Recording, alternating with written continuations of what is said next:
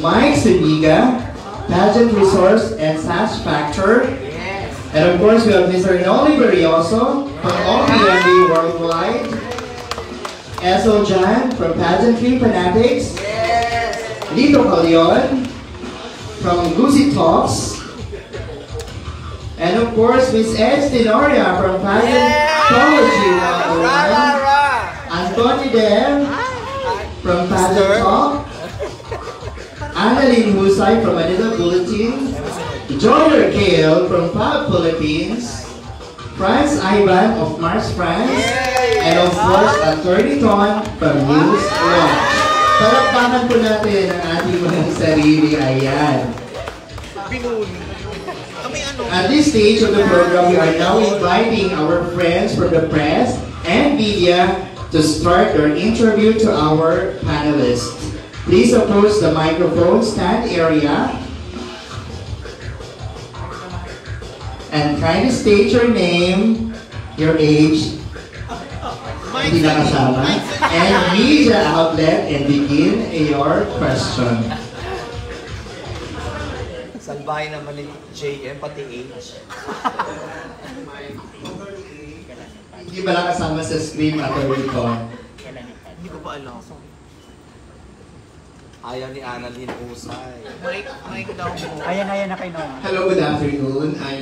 First of all, congratulations to the organizers and to the organizer of Miss Pearl of the Orient Patriot for the successful launch of their pageant.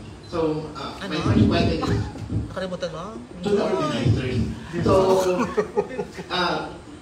what made you decide to launch or to organize this pageant in spite of the growing numbers of national pageants that we have in the country? Thank you so much, Sonoli. Kanina na-interview na ako ni Attorney pa, nasabi ko na. Di ba, kaya kanina lang smile na siya ngayon. Sabi niya, tapos na ako. Uwi na ako. Okay na ako.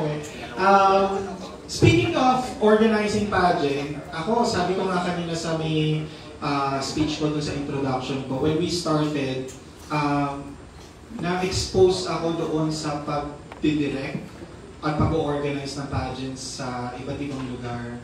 Tarlac, Laguna, Ilocos, Aurora, Baler, and even in international pageants. But I don't own these pageants. So, dumating ako dun sa may point na may mga ideas ako dito na hindi ko siya minsan pinipitch ko sa LGU, sa governor, sa PO, sa tourism officers, and even sa mga owners ng pageants. Sometimes they will accept, sometimes we love it, sometimes they don't.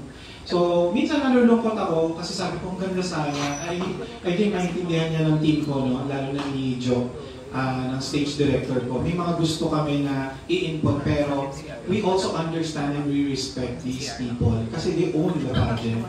So, to make the long story short, yun yung reason kung bakit nag-come up kami ng pageant. Aside from that na gusto namin magkaroon ng sariling pageant, is because we have so much ideas to share. At magagawa lang namin yun 100% if we own the pageant. Kasi syempre kapag, let's say it's a local pageant, let's say a provincial pageant or a city or a municipality pageant, we have to respect the ideas of these leaders. Kasi yun ang gusto nila, they want to promote their own, and we respect that. And we want to have our own pageant na mas ma-highlight kung ano yung passion namin. And our passion is to really have a pageant na talagang ipopromote yung ating kultura. It's a cliche thing na sabihin natin na Philippine culture naman, tradition and values, but don't we all love our culture? Di ba? Sobrang ganda ng costume, sobrang colorful, the music, even our language. Kaya nga sabi ko kanina kay Attorney Ton sa interview, we haven't seen a pageant, well, nag-i-English lang ako ngayon, pero we haven't seen a pageant like a local pageant that from start to finish, the Grand Coronation Night uses the language of our own, which is Filipino. So here in Miss Pearl of the Orient Philippines, even though the title itself is in English, but we already agreed that during the Grand Coronation Night, the program, the script will be in Tagalog.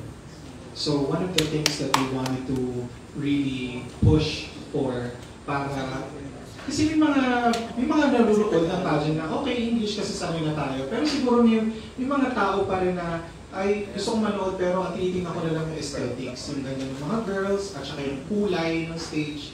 Pero yung script, yung program, hindi na masyado, sorry for saying this, pero hindi na masyado naiintindihan kasi sobrang bongga ng English. So why not we come up with a script na Tagalog? It's not a super deep Tagalog na 1980s pa, or 1800s pa ha? Pero it's a combination of Taglish. Like, we understand naman na ang Filipino naman yung language natin. We use some English words na inadapt na natin, or some Spanish words na inadapt na natin. So, ganun yung mangyayari natin. Aside from the fact that we want to highlight the costumes, the Filipino costumes, the language, and even the activities na if you wanted, then we can also share this. Na the activities will be kind of different kasi gusto namin i-highlight nga yung culture.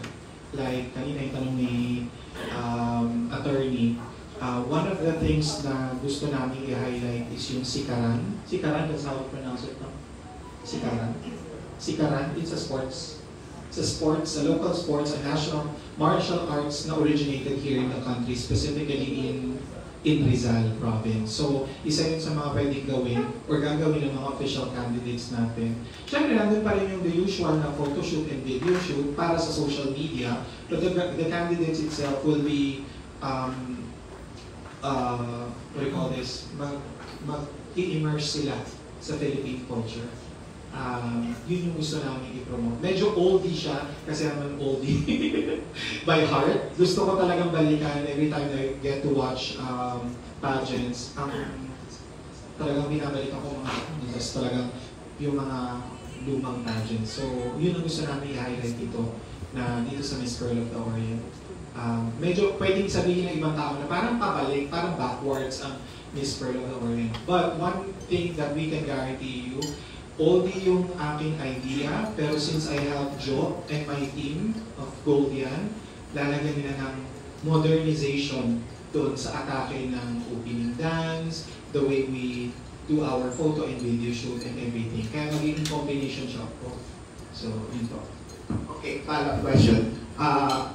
Aside from the prestige and the valuable prizes, what's await the eventual winner of Miss Pearl of the Orient? Yung kaninang nilagay namin doon. So far, since maaga pa, we still have 2 or 3 months to go before the finals.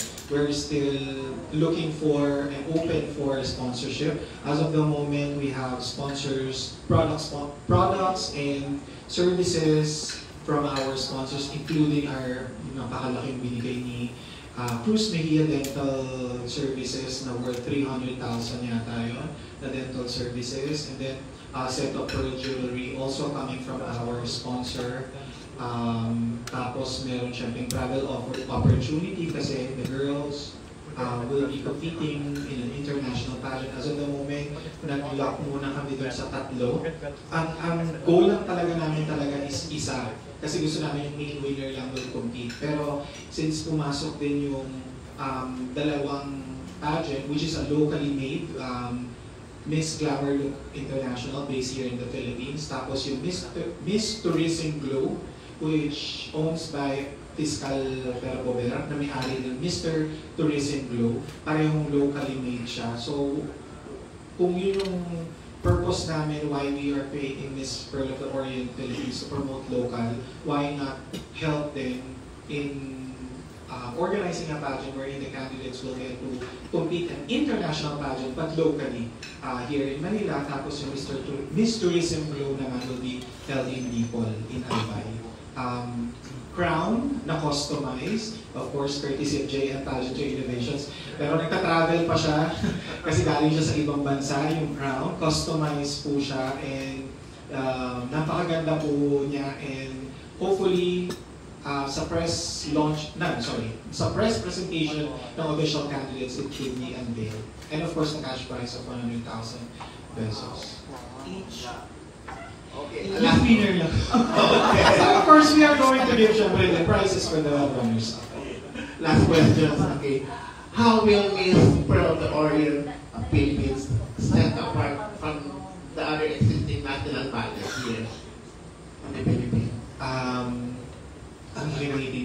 sabi ng attorney, yun yung mga tinanong ko na kayo ako sa class.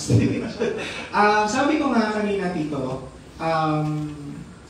we cannot say that we are the most prestigious or we are the biggest or whatever. The goal is to have a decent pageant. Hindi po ako nagpapalanig. Pero sabi ko nga sa 10 years kong pagdidirect ng kung ano-anong pageant, kung saan-saang pageant, I've experienced a lot. I've experienced organizers not paying some of the prices for the winners. Hindi ko naman sasabihin na 100% may dayaan, pero meron akong mga naririnig sa social media na, uy, nagdayaan or ganito. Something that we can guarantee is, we cannot guarantee that this is going to be the biggest, that this is going to be the most prestigious pageant. But three things, Tito, ang mapapromise namin. Isa na doon is that we are true to our prices. Number 2, we are going to have a decent pageant. When we say decent pageant, we are going to make it sure that it's going to be a fair competition. Sa 10 years ko na nga na pagdidirect ng pageant, wala pa naman akong narinig na nare-reklamo. Direct, may dayaan, ganito. Even sa local pageant. Kasi yun na naman ang kaya kong may pagmalaki ng mga panahon na yun. Na pag sinasabi nila na, why would you let this girl win? Siguro dinaya mo. Ang lagi ko lang sinasabi sa kanila, Tito. Actually, pag ginawa ko ng pageant na to sa probinsya to, after ng pageant na to, babayaran na kami ng organizer, uuwi na kami sa Manila. So why would we fix the result for one girl? I mean, we cannot do something about that girl. Kasi that girl is not going to work for us. So I am very keen and very strict when it comes to looking at the score sheet, even making sure that the tabulators are going to make sure na ang ilalabas niya at ipiprint niyang score will be the right winners. And then yung pangatlo, gusto lang namin magkaroon ng isang pageant na ina-highlight na, as I mentioned, yung kultura ng Pilipinas. And gusto namin makarating sa national pageant yung mga local winners na hindi kayang makapasok sa mga big national pageants. And we are so happy, sabi ko nga, we have running 29 local pageants, both confirmed and soon to be confirmed. Ang goal nga lang namin talaga noong una ay 15 candidates. Sabi namin, pag 15 candidates, kaya lang natin pakainin at saka i-hotel. So, ngayon parang 29, minsan sabi ko naisip na, paano kaya natin sila papakainin at saka i-hotel, di ba? Pero July pa naman, hopefully may pumasok pang maraming sponsors so we can accommodate all these 29 girls all around the Philippines. Thank you, people. Thank you very much and congratulations.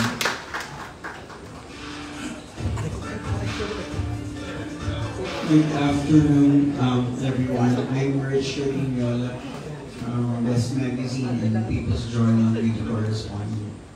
My question for the girls and for the organizer later. So what made you decide why Miss Pearl of the Orient, not the other prestigious pageant in the Philippines? Hi, my name is Gabriel De Dios from Bulacan. What made me decide to join Miss Pearl of the Orient Philippines is that to promote my advocacy.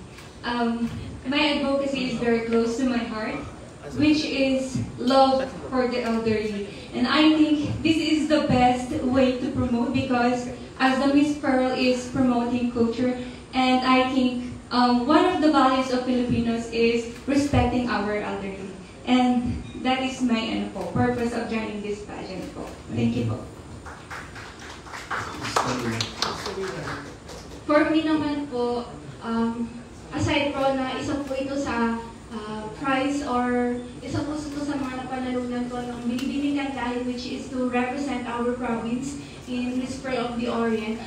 Gusto ko din po yung main objective ng Miss Pearl of the Orient Philippines, which is to help other peoples who are in need, especially the children, to their education, mental and basic needs, and also its vision and mission po, which is to preserve the culture, tradition, and values of the Philippines.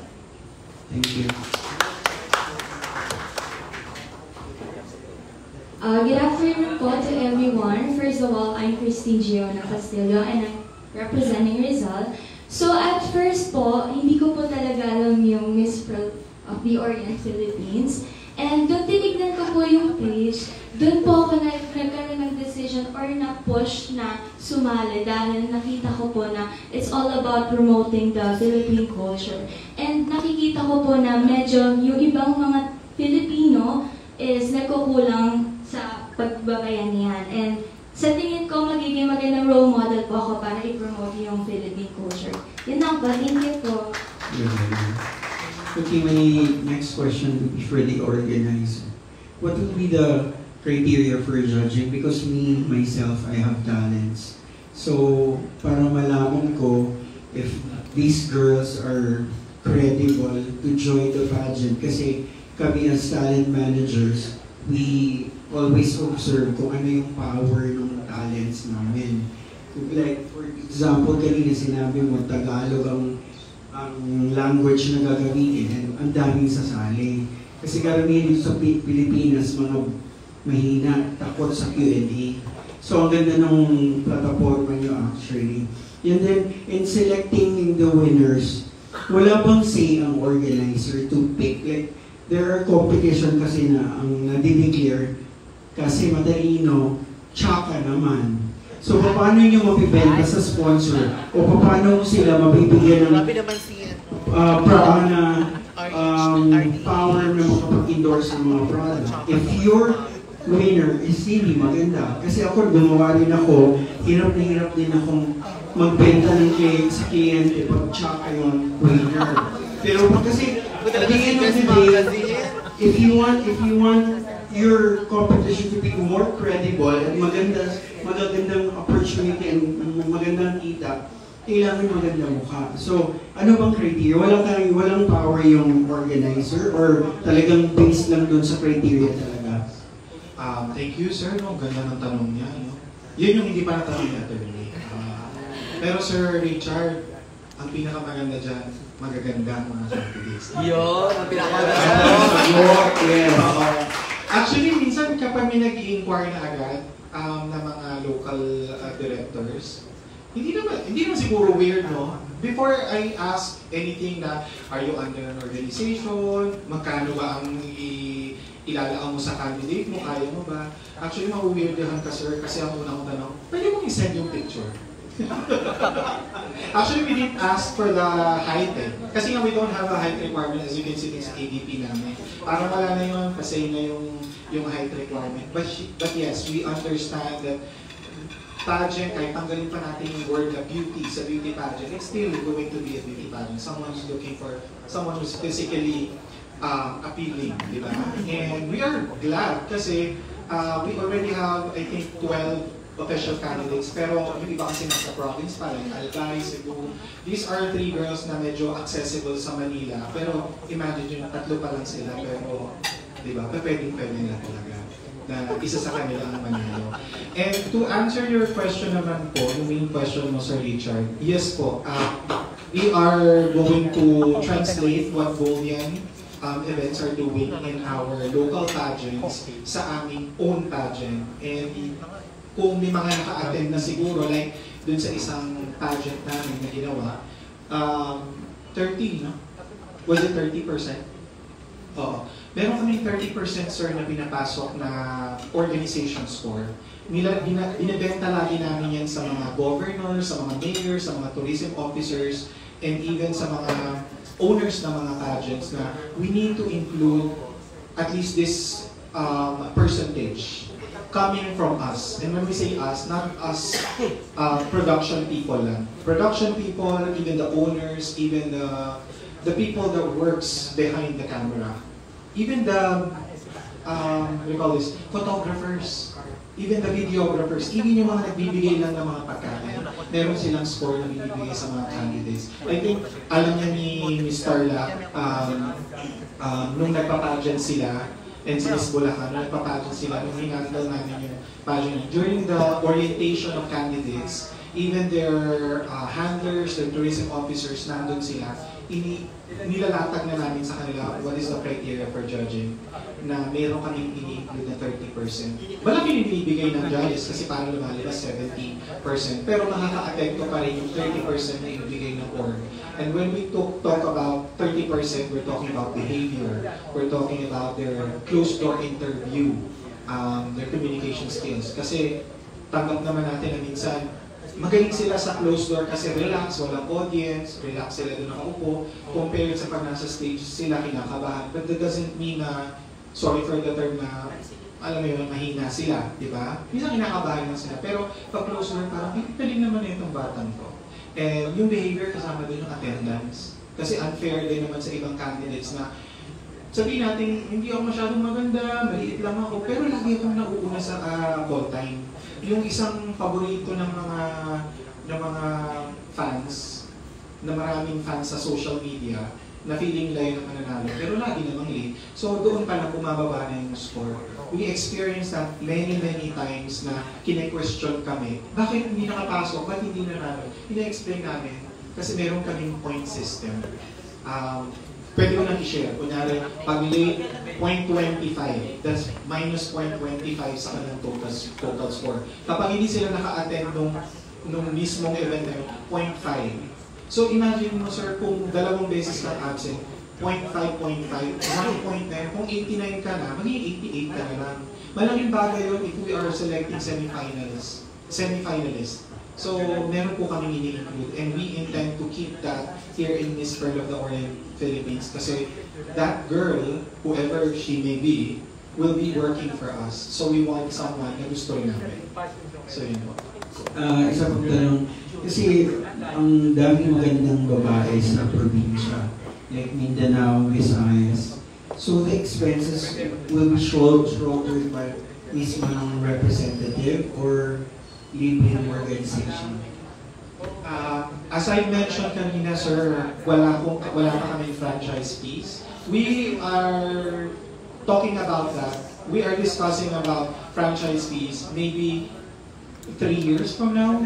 Pero dahil nga wala ng franchise fee, the only thing that we are asking these local pageants or local franchise directors is to cover the basic one. Transportation, wardrobe, and yung mga requirements namin na photos and videos from their locals to also promote their culture and their tourism. Basic lang. Wala So definitely, pwede kayong provide ng letter for the LGU para mabigyan nyo sila ng support para they can ask. Actually po, sila po meron na po silang mga certificates and official letter that they can use for solicitations sa mga mayors, sa mga governors, and even mga private sectors para tulungan sila financially. Congratulations, sir. Tutulong mo sa RPD. Yun, Richard. Thank you so much, Tito Richard. Hello, I'm Ezra Pageantology 101. So, doon muna tayo sa mga basic na mga information. So, kailan po ang ating coronation night? We were planning po to have it in July. July. Ilan po ang target po natin na candidates? The initial target po is 20. Pero as Makoy said, we were running from 28 to 29. Ayun. So, ulitin ko po, 3 pong titles ang pipiliin natin para for international titles. So, number 1 yung Miss Cosmo. Miss Cosmo. Miss Cosmo po. Iba po, oo. So, yung Miss Cosmo, saan po yung Basic Kuala Lumpur. Basic Kuala Lumpur. And then yung direct from Glamour. Look International. And then the other and one. then with Tourism Loop. Tourism Globe na naka-base din po dito Dito, sa Pilipinas. Albay. Albay. In the future ba, magkakaroon ba tayo ng Miss Pearl of the Miss Pearl lang? Hindi. Or wala pang international? So, it's local lang muna. Alright. So, question na natin si Hazel. Of course, nagaganda ng Nakshi. Ito si Hazel. So, nagbihin natin ang mic. So, Hazel Ariola. So, anong aabangan natin? Ano bang, of course, ang dami-dami ng mga panels nowadays na susulputan. Ano bang pwedeng ma-cater ng Miss Pearl de Orient na, yun nga, sabi nga ni Direk Makoy na kakaroon tayo ng Tagalog na script. So ano pa ba mga pasabog na pwede natin ihain as a project, ano bang title ng anak Chico? Project Head? Oo. Since ang advocacy po ng Miss Pearl of the Miss Pearl of the Orient Philippines ay ano po, beauty and culture po. I-promote po na, plano po i-promote yung mga tourist spot po na hindi pa po masyadong napupuntahan or yung may kinalaman po sa kultura ng mga Pilipino, lalo-lalo na po sa part po ng Rizal. Alright. O diba na put on spot kita, Nakshi. Last question, so gusto ko lang malaman yung system ng pageant. So kung 20 target natin, pwede tayong mag-semi-finals ng top 10? And then, paano pa yung format po kaya na Actually, pwede lang makita sa wala pa kami sa part na ano yung gagawin namin sa coronation, like first cut, gano'n. Pero we are already intended to have 5, yung top 5, the usual. Pero ang gusto sana namin, hindi sila magkikarry ng runners-up. Like first runner-up, second runner-up.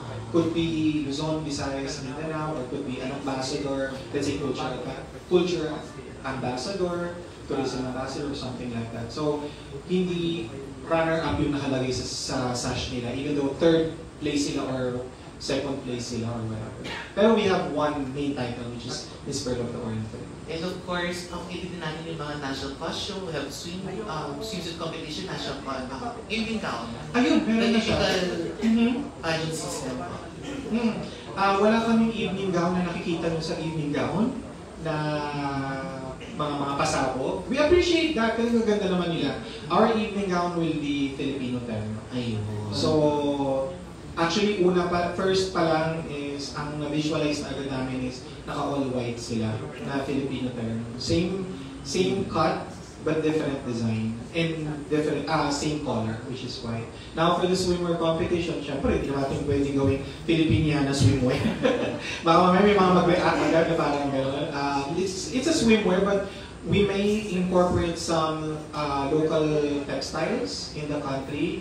Meron na kaming 2 designers, one from Laguna and one from Cebu, na magko-collaborate. Tapos, siguro, ima-match namin siya ng habang naka-swimmer, nakasalakot sila.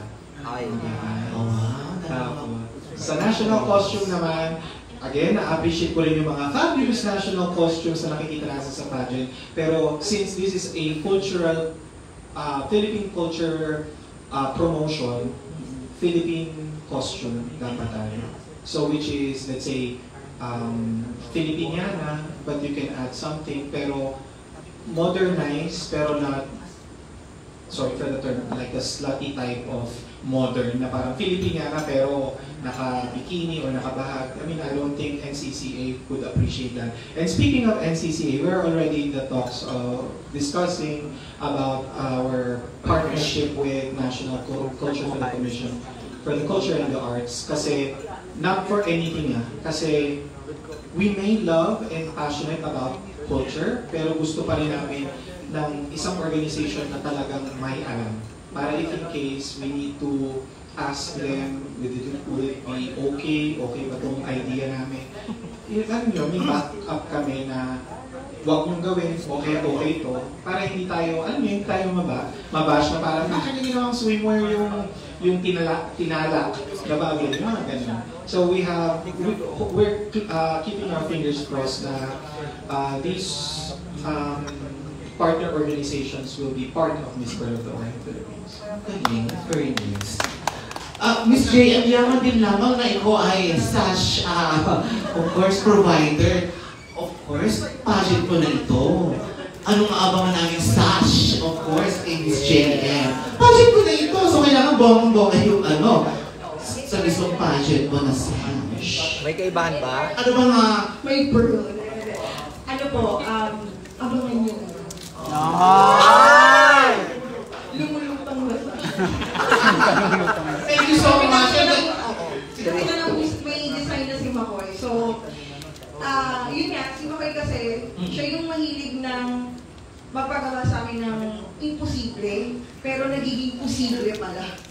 So, gagawin natin posible yung request nyo sa Oo, syempre, di ba? Sana maganda.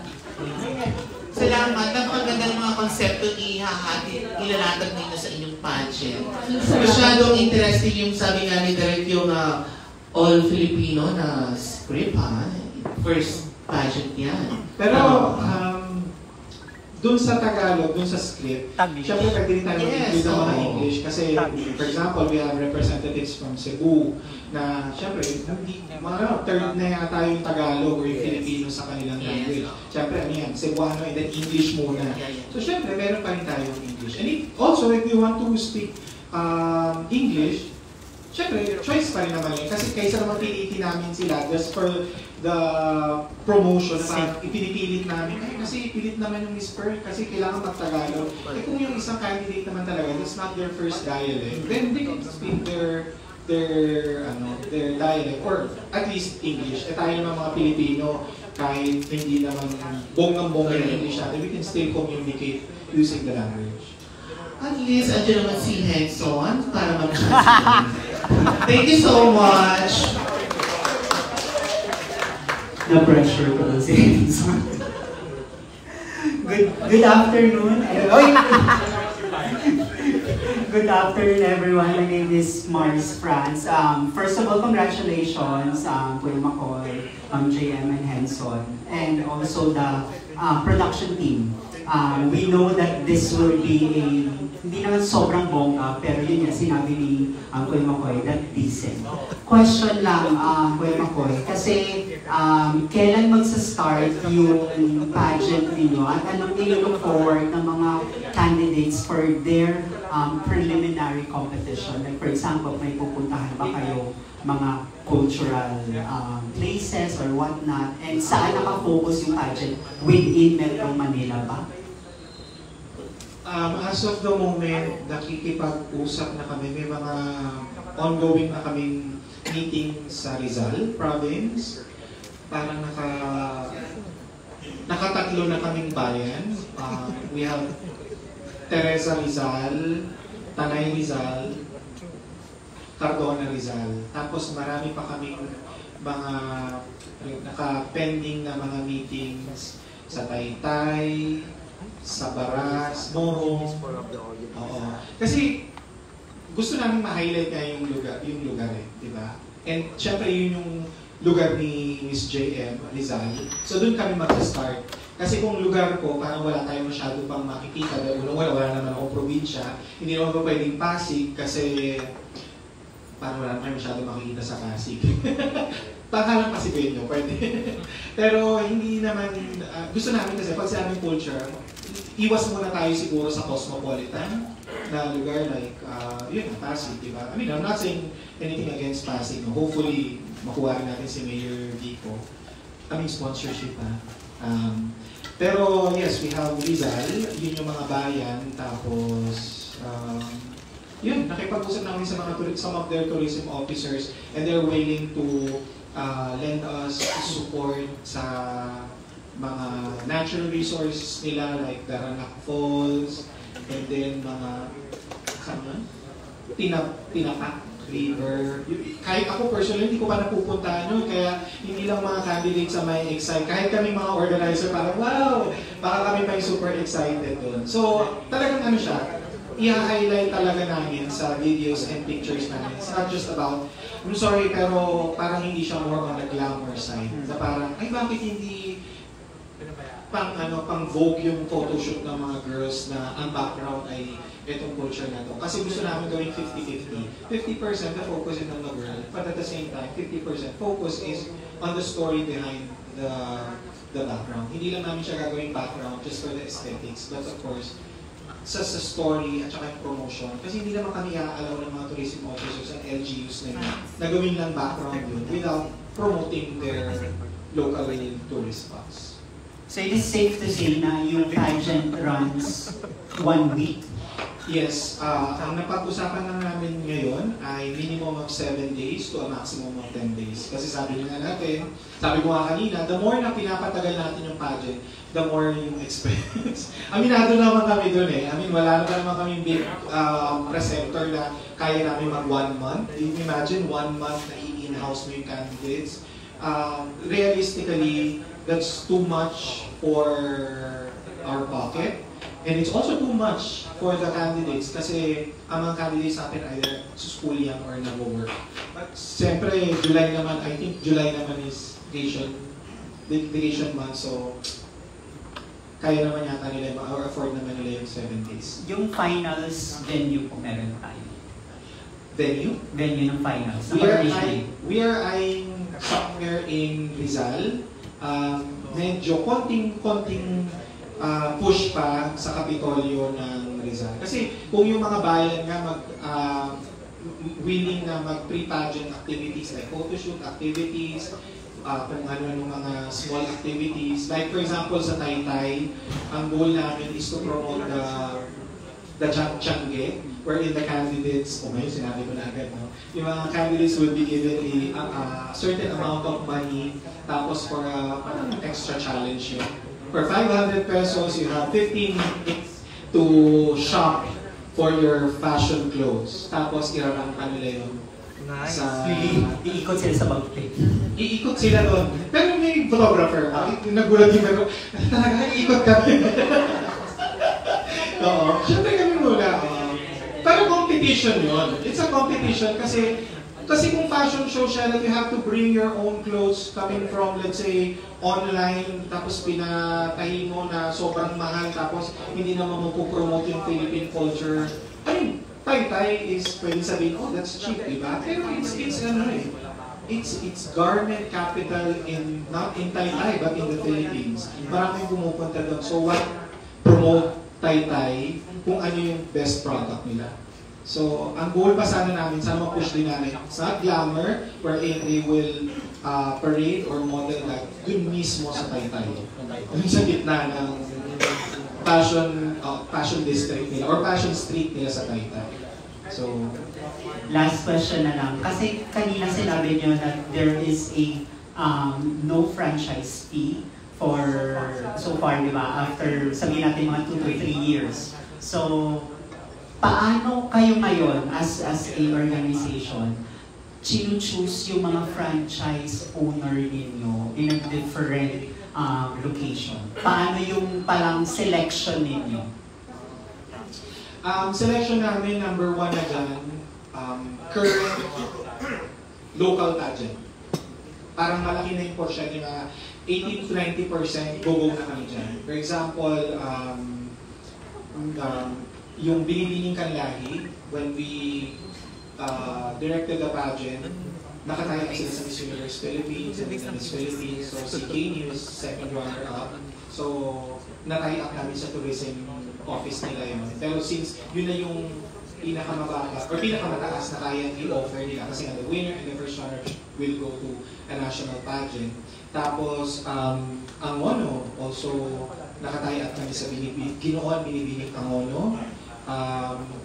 Sa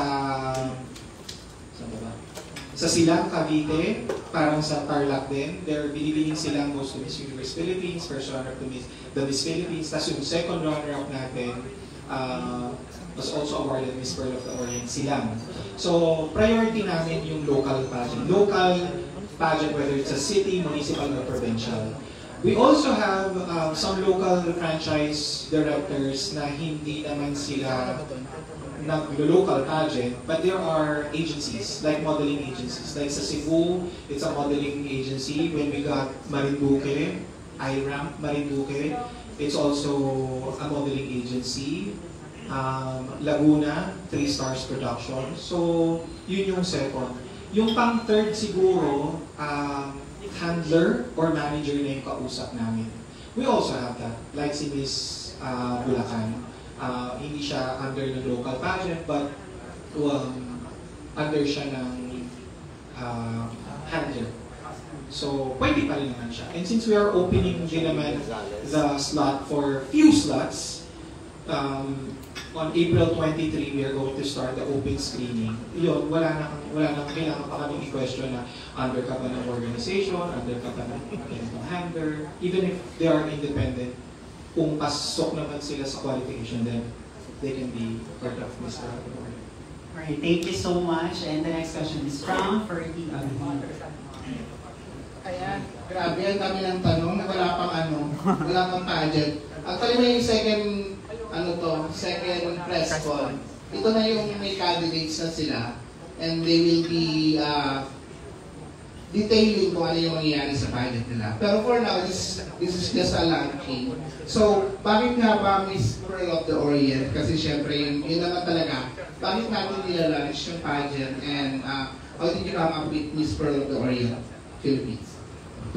Sana masagot ng mga girls to, no? Pero syempre, kapag nag-start na kami ng pageant, syempre doon orientation nila, doon pa lang nila malalaman yung story, yung backstory. So, hopefully sa press presentation sila na yung nag-explain. Miss Pearl of the Orient, I'm not sure kung you've heard of the very first Miss Pearl of the Orient. Anyone? Ay, mga taga-press natin, no? Meron na po tayong Miss Pearl of the Orient, pero that was in 1926. Diba? Tagal-tagal na.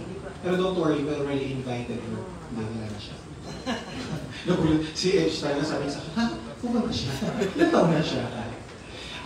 Everybody knows naman designer Edwin Uy, no?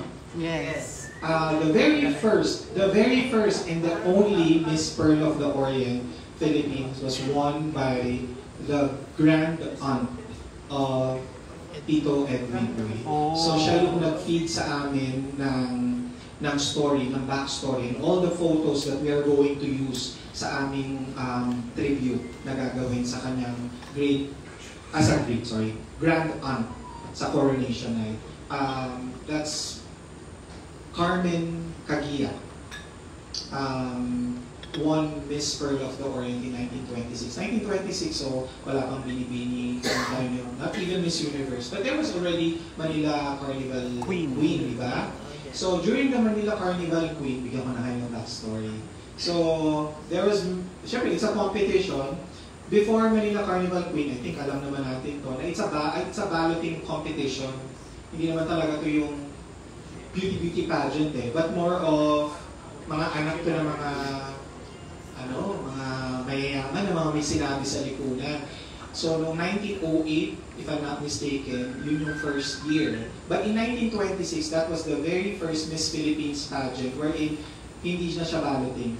Nag-invite na sila ng judges. So technically, 1926 was the very first Philippine pageant sa bansa natin. Kasi may mga judges hindi na siya yung paramihan ng boto or popularity contest.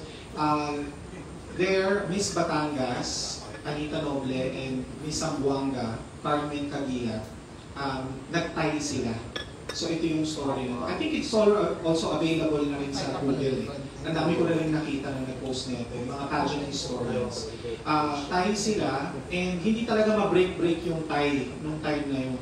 As in, parang naka 3 rounds na yata sila ng competition, hindi ma-break pa. Parang pareho yata silang fight dun sa score. So si President Manuel Quezon, nag-step in na siya to remedy the situation. So nag-add siya ng isang judge, which is abilis lang naman ngayon sa sitwasyon natin, dapat add numbers ang judges mo para talagang walang matay. So nag-add siya ng isang judge, but I cannot recall kung sino yung judge na yun. So doon na break yung tie. Nung na-break na yung tie, si Miss Batangas, Anita Noble, was given the title Miss Philippines. So siya yung nanalo. Pero dahil nga sobrang laki na nung inabot ni Miss Zamboanga dun sa competition, hindi siya binaliwala ng organizer, and even President Manuel Quezon. So binigyan siya ng special title. It was created just for her, Miss Pearl of the Orient. So technically, she was the first one to hold the title Miss Pearl of the Orient. Pero nung time na yun, Miss Pearl of the Orient ceased. Walang Philippines sa title niya. So during the coronation sa Manila, sa Quirino, hindi lang si Miss Philippines at yung mga Carnival Queen. Di ba merong doon? Occidental Queen and Oriental Queen. Occidental is from yung US. Di ba? Parang, ano kayo, parang, bata pa kami sir, hindi namin alam sinasabi mo. Huwag tayo maglokohan. Parang, ano yung sinasabi mo sir? Nung Manila Carnival, laging dalawa yan eh. Occidental Queen and Oriental Queen. Oriental, ibig sabihin Pilipino. Occidental, dahil na under American occupation pa tayo dito, may mga Amerikana na kinokoronahan, na naka-base na dito. So, noong time na yun, tatlo kinoronahan. The Occidental, the Oriental Queen, which is Miss Philippines, and Miss Pearl of the Orient. But that was the first and the only Miss Pearl of the Orient. Kasi the following year, 1927, they went back to the usual. So, technically siya lang talaga. Ang sarap sana kung buhay pa siya, but Tito Edwin mentioned that the grand aunt already passed away in 2004. So, pero ngayon pa lang sinasabi ko na sa inyo kasi nakikipag-collaborate sa amin si Tito Edwin and all the pamangkins, mind you.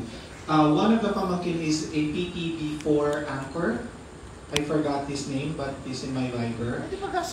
We are going to invite them din sa coronation para mabigyan namin ng proper tribute yung kanyang grand aunt na sabi ko nga, although this is a launching, pero pa someone already had the title Miss Pearl of the Orient. Ayun, tapos sabi niyo may 28 to 29 na candidates. Bakit kailangan pa ng screening? Kasi hindi pa naman sila official. Sabi ko nga kanina, ilan ang official? We have 12 official candidates, pero yung list namin is 29, so including yun yung mga naka-pending. So when we say pending, they already inquired but we are not yet saying na, official candidate. And the screening will be on? We are going to start on April 23rd, pero online muna. So they can send the application forms and the photos sa aming email, and then tingnan natin kung magkakaroon tayo ng open screening just to see the candidates. Siyempre, iba pa rin yung physical di ba? Baka mamaya, ay, ang bongga, di ba? Sa picture. Tapos sabi nga ni Sir Richard, sa personal parang, asan na po yun? Mag-screen. Ako po yun. Ayaw ba yun? Diba? Lalo pa sa panahon ng face app, medyo mahirap na. Congratulations! Thank you, girls.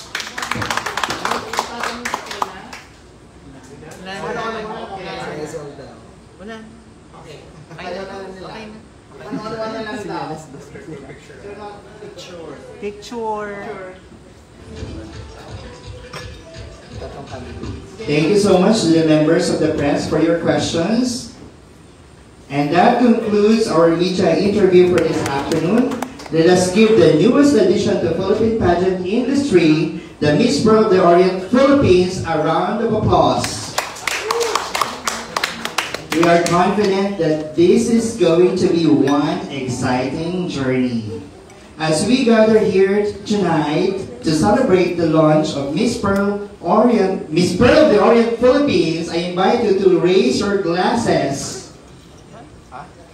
in a toast to new beginnings, to shared dreams, and to the journey that lies ahead. Do we have our glasses, ladies and gentlemen?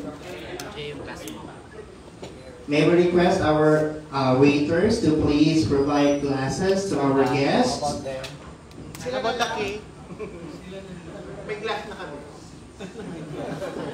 Thank you so much. Ayan, gusto ko yan. Gusto ko yan, wine. Parang gusto mo yung cake? Hindi, like, wine. Gusto namin na Richard yan yung wine. Sir Alex! Sir Alex! Ay. Gusto namin na Richard yan yung wine. Sir Alex! Here? Alam, may tumalo na kay Olive Mas. I love you, Attorney Don. Talo ka lang sa height. Okay. Gusto ko yun, Alam. Yeah, are we ready? Okay, pahingi kami alam. Dalawa, tig-isa kami ni Richard. As we embark on this new chapter, let us take a moment to the achievements so far and the triumphs that await us in the future. Like a fine wine, Miss Pearl of the Orient Philippines has been carefully crafted with love, dedication, and attention to detail. And just as a fine wine improves with age, so too will Miss Pearl of the Orient Philippines grow and evolve, becoming even more vibrant and flavorful with each passing year. So let us raise our glasses to the organizing team, the Miss Pearl of the Orient Philippines, to its soon-to-be success, its prosperity, and its upcoming legacy. And finally, let us raise our glasses to each other, to the friendships we have forged, the memories will be created, and the moments we have shared together in this afternoon's monumental event. The Miss Pearl of the Orient Philippines and Oriental Beauty Philippines Charities Incorporated, to new beginnings and to the new bright future that awaits us. Let us all cheers.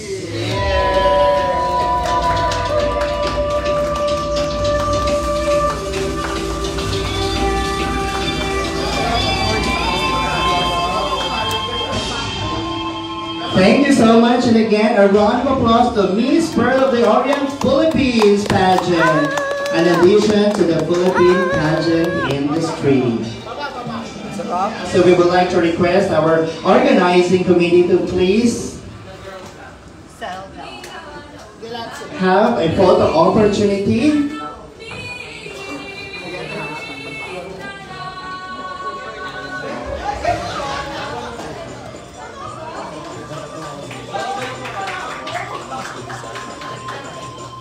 We would like to request Miss JM. More on results. Wala na pong speech, Miss JM. Ayan. So once again, ladies and gentlemen, the organizing committee of the Miss World of the Orient Philippines, another round of applause.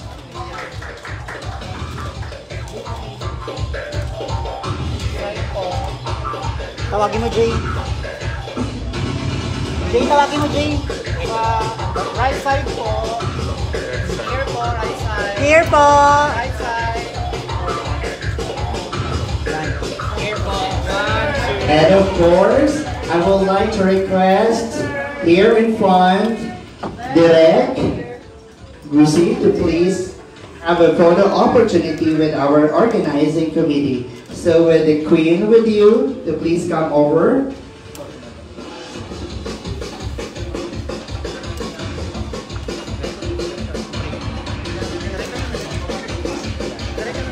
Thank you so much. Palakpakan po natin si Direk. Ayan.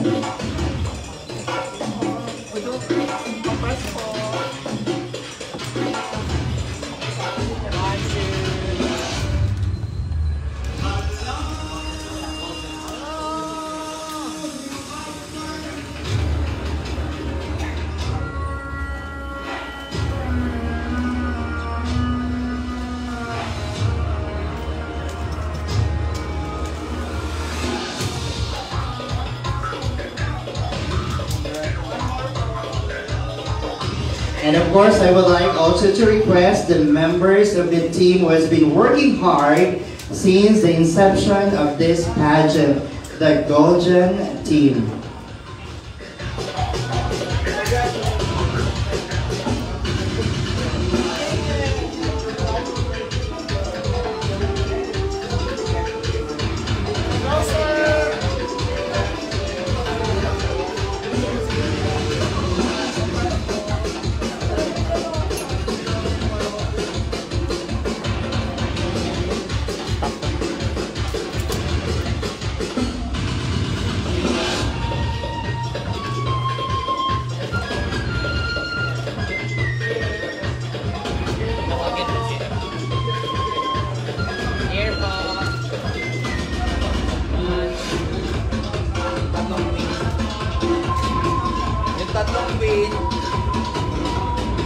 And of course, I would like to request the 3 queens. Stand by po yung media friends natin. You will be the next.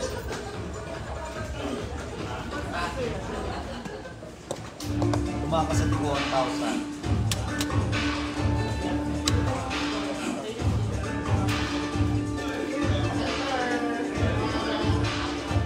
Here, here.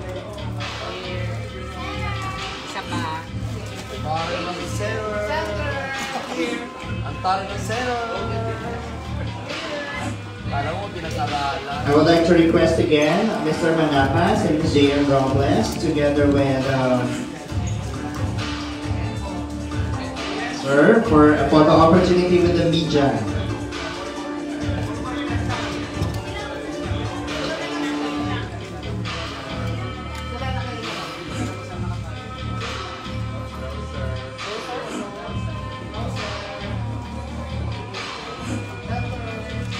And also si Mr. June Salud. Halika, Sir June.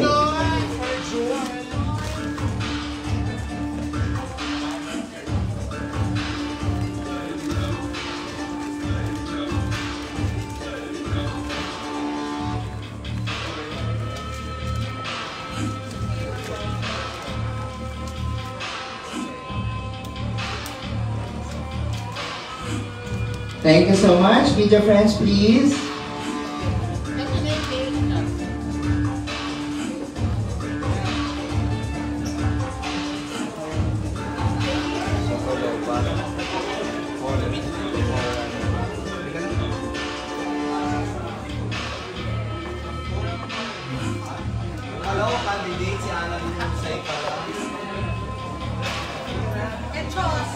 Media.